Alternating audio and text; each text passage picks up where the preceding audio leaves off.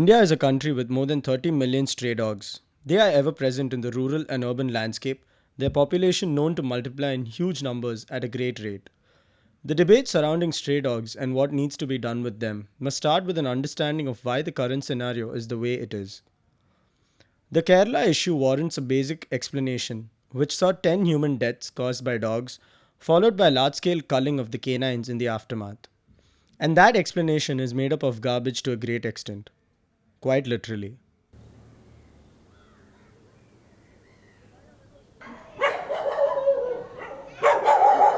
These dogs feed on raw meat, raw blood, and whatever animal fat or anything they can get.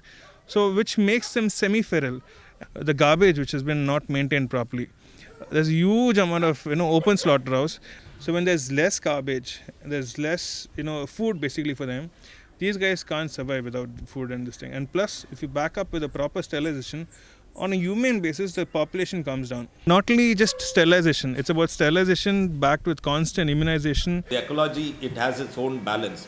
If you take from Pallavaram to Pallikarnai, very few kilometers away from here, there are 1,700 kilograms of animal matter discarded on the streets every day. The resources that is available, food, water and shelter. Raw meat is a highly nutritious diet for an animal to reproduce. The Indian government regulated the sterilization and vaccination of stray dogs in 2001 with the official animal birth control mandate. Dogs are picked up from a specific area or locality, sterilized and vaccinated against rabies, and dropped back into the same area. India accounts for 35% of human rabies deaths according to the Global Alliance for Rabies Control, with more than 20,000 Indians dying of the disease every year. And dogs are the carriers of rabies on most occasions. So, despite the ABC mandate, why is the dog population still not coming under control? Catch 5 dogs in Aranagar today, we catch 10 dogs in Tiruvamur, we catch another 16 dogs from Melapur. So, in a population, I would say a few lakhs, okay, we're just doing a drop in the ocean. If we could address it and say, okay, we're going to achieve 70% zone 1, then move from zone 1 to zone 2. And zone 2 to 3, 4, the peripheries. From the centrifugal it has to go. From center it has to go outside. That way you can control the entire herd and then there's no rabies or dog population problem over that. The 70% which has not been addressed to. You're always talking about 10% here, 20% here, 10% here. But what happens? The other, 70% is still breeding. We forgot that part. There are pups still born for the 70%. These guys are racing time. Animal welfare organizations are working extensively in providing treatment and shelter to stray dogs. People for Animals is home to dogs, horses, cats, and cattle that were stray or injured or abandoned. Their shelter is spread across 4 acres, allowing the animals to live in complete freedom.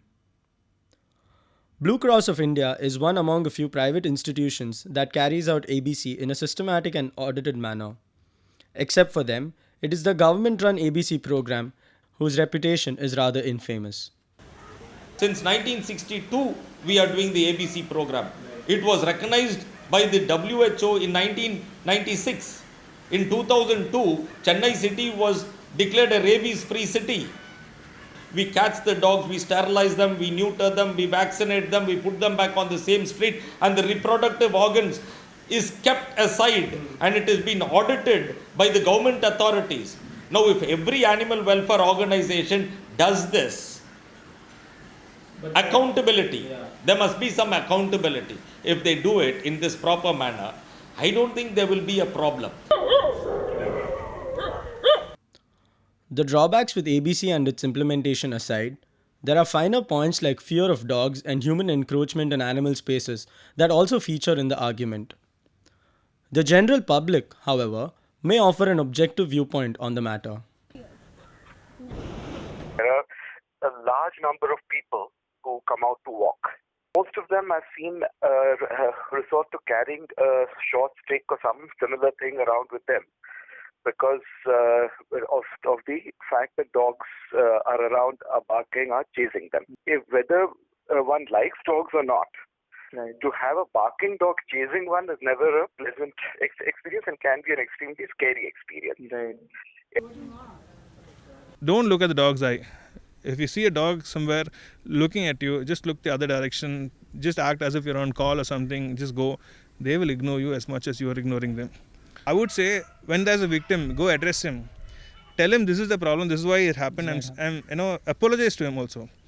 He'll be cool. When you don't, when, for example, if I'm getting bitten, tomorrow an NGO comes and says, starts trashing me saying, you disturbed the dog, that's why the dog bit you. He's going to be mad. Not only be mad, he's going to spread the hate to others as well. India is a place where, we have Gandhi who said, how we should treat and ahimsa and everything. Peace is something which is not an alien word for us. We have to learn to live with our fundas and then coexist. We are not asking them, okay, you give them a space in your bedroom. Don't disturb them when they're on the street at least. Let the environment be there. Don't destroy the habitat of an animal. Despite all the discussion and dissection, the opinion of the masses almost always finds a way of getting divided. After all, it is a clear matter of perspective, and the stray dog argument is no exception to this.